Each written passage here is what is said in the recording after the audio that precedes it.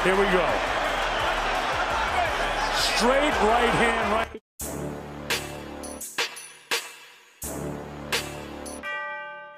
Magandang araw mga pre, mayong adlaw po sa mga Bisaya diha. Juan Manuel Dinamita Marquez, ang pinakamalakas na nakalaban ni Manny Pacquiao.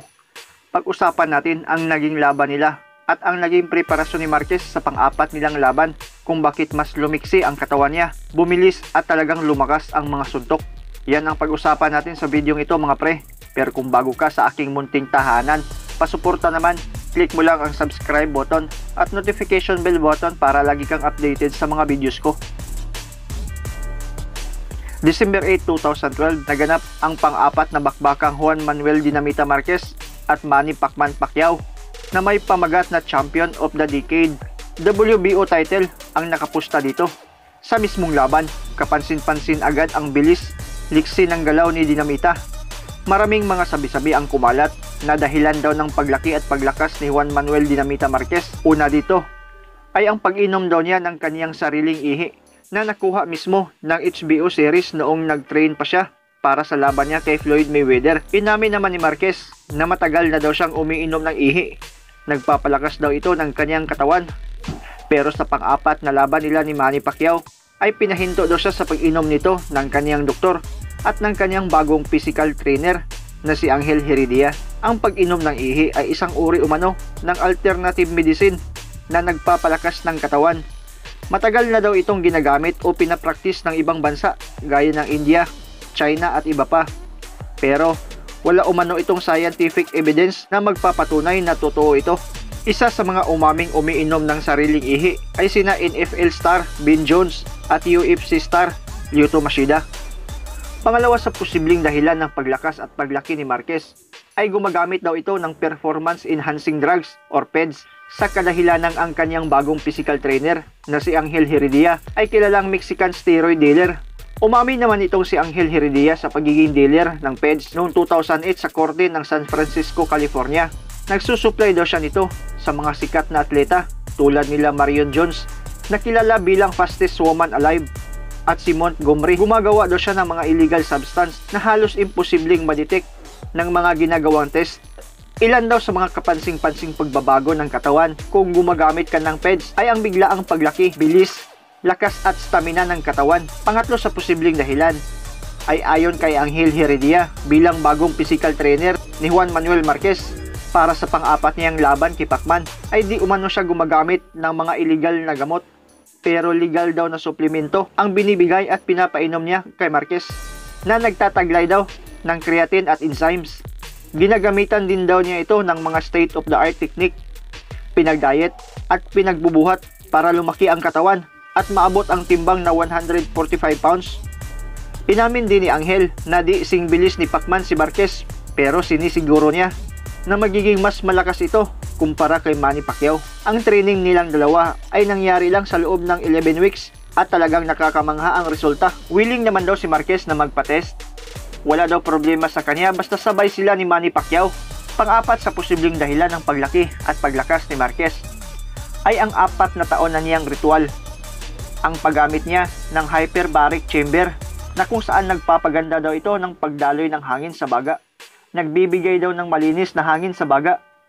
Sinabi din niyang hindi siya pwedeng lumaban kung di siya makagamit nito. Kayo mga pre, sa 4 na posibleng dahilan ng paglakas at paglaki ni Juan Manuel Marquez, saan kayo naniniwala at hindi naniniwala? Ang inyong mga opinion at suggestion ay welcome na welcome sa comment section. Sabay nating panoorin ang ilan sa mga highlights ng pang-apat na bakbakang Marquez at Pacman. Unang round pa lang, palitan agad ng mga malalakas na suntok ang dalawa. And it looks like that's what he wants to do. Marquez said on the other hand, he's going to feel my power tonight before it's over.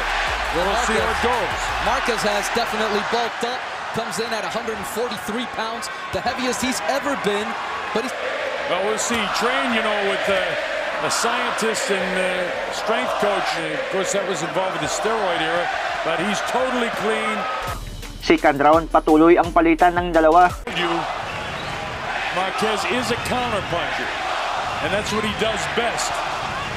And that's, you know, because he's a cut as the guy that's the more aggressive. And that's been the only difference in all three. Left power shot because he's a southpaw fighter.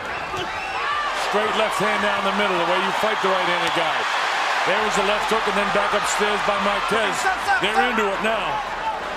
But so far it's been Manny, the one that's been taking the lead here in the first and second round. And he looks much quicker than Marcus so far. Much quicker. And one of those left hands, you know, in the first and second fight were the ones that sent him to the canvas. I know it's early, but I got to tell you something. I don't think the weight suits Marquez. He's 39. Well, one of the things we knew, he was not going to get any quicker, especially bulking For sure. up. In my opinion, dominant for most of the rest of the fight. Then he get dropped in the third round in the second fight, but he still looked more crisp than he does right now to me. And that's what they want, the left hook and right uppercut. Reaching that time was Juan Manuel by Juan Manuel Marquez. Third round. Ang round na nakascore ng pinakaunang knockdown si Marquez sa unang pagkakataon sa apat nilang sagupaan. At dito na nag-umpisang nagulantang ang lahat sa sobrang lakas ni Marquez. One of the things Manny worked on a lot at the Wildcard Gym with Freddie Roach was moving to his right to stay away from Marquez's right hand. Thus far, he's moving completely in the opposite direction. He's circling to the left, and he's allowing Marquez to time him for that to get off. He is, Jaime. Because if he... He drops Pacquiao for the first time in 4 fights. Manny's knocked down by an overhand right hand. There's the power of Juan Manuel Marquez could hurt Manny, and there's that over right looping hand. Ika-4 na round, patuloy ang laban. Feel after the fight. Ika-5 round, nakabawi si Manny Pacquiao. Nabilangan si Marquez at nabasag na ang ilong nito. Yeah, driving off the back foot. That's the right hand go. Actually, his punch. That's going to be scored as a in a much more impressive way. Just a straight left hand. Back comes Marquez. That straight left hand by Manny. Call him off balance, but look at Marquez battle back. You know what? They said, oh. Even though it was, straight right hand by Pac. Drop him again. I think Marquez is hurt. He may be. There's a shot. He is. He doesn't hang on. He fires back. Pacquiao is going to the finish right now. Marquez will have no... Pero sa ika-6 na round, na sana na maraming nag-aakala na tatapusin na ni Pacquiao si Marquez, ay sobrang nagulat ang lahat nang matamaan ng sobrang lakas na right straight counter si Pacquiao at nakatulog ito. Sobrang nagulat ang buong mundo sa nangyari.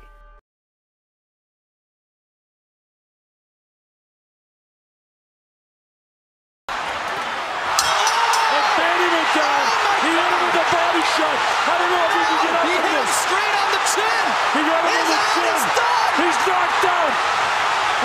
As he was going down. Here we go.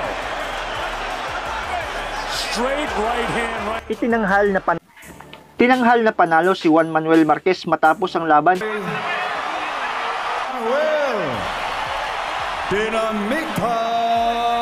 Matapos ang laban, nag-tweet agad ang Mexican legend na nakabakbakan din ni Pacman na si Eric El Terrible Morales. Sabi pa niya, the Mexican pharmacy is better. Pero binura agad naman niya ito. Anong masasabi mo pre sa tweet ni Morales? Ang laban na to ay tinanghal na Fight of the Year, Knockout of the Year ng The Ring Magazine, International Fight of the Year ng British website na BoxRec, at International Fighter of the Year si Marquez ng BoxRec.